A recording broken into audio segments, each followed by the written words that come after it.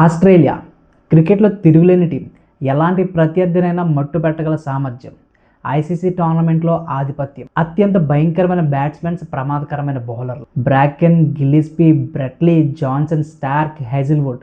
వీళ్ళ బౌలింగ్ చాలామంది క్రికెట్ కెరియర్ని నామరూపాలు లేకుండా చేశాయి. ఒంటి చేత్తో మ్యాచ్ని మార్చేయగల సత్తా వీళ్ళ నైజం.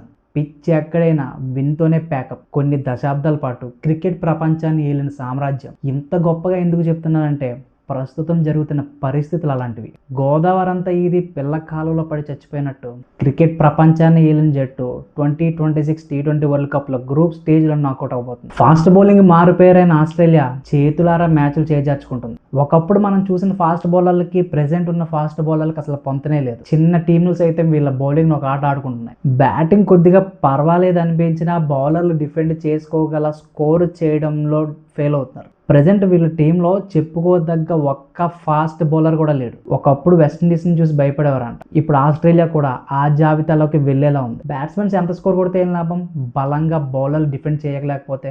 అసలు ఆస్ట్రేలియా ఫాస్ట్ బౌలింగ్ అటాక్కి సెపరేట్ ఫ్యాన్ బేసే ఉంది. గల్లీ క్రికెట్లో బ్రెట్లీ, జాన్సన్, స్టార్క్ ఇలాంటి వాళ్ళ బౌలింగ్ యాక్షన్ ట్రై చేయని ప్లేయరే ఉండడు. అంత బలంగా ఉండే టీం ఇప్పుడు గ్రూప్ స్టేజ్లోనే ఇంటికి వెళ్ళిపోతుందంటే గ్లోబల్గా క్రికెట్ని చూసి ఇష్టపడే వాళ్ళందరికీ చాలా బాధగానే ఉంటుంది. వీళ్ళు లేకపోతే అసలు టోర్నమెంట్లో మజానే ఉండదు. కానీ తప్పదు. టీమ్స్తో సంబంధం లేకుండా క్రికెట్ని ఎంజాయ్ చేసే వాళ్ళకి ఆస్ట్రేలియా చాలా అప్సెట్ చేసింది. ఇంతలా ఆస్ట్రేలియా కోసం చెప్పిన 2023 వరల్డ్ కప్ గుర్తొస్తే వాళ్ళ మీద చాలా కోపం వస్తుంది. సో మీరేమంటారు ఆస్ట్రేలియా కోసం? మీ ఒపీనియన్స్ని కామెంట్లో షేర్ చేసుకోండి. చివరిదాకా చూసిన వాళ్ళందరూ వీడియోకి ఒక లైక్ చేసుకోండి. Thank you.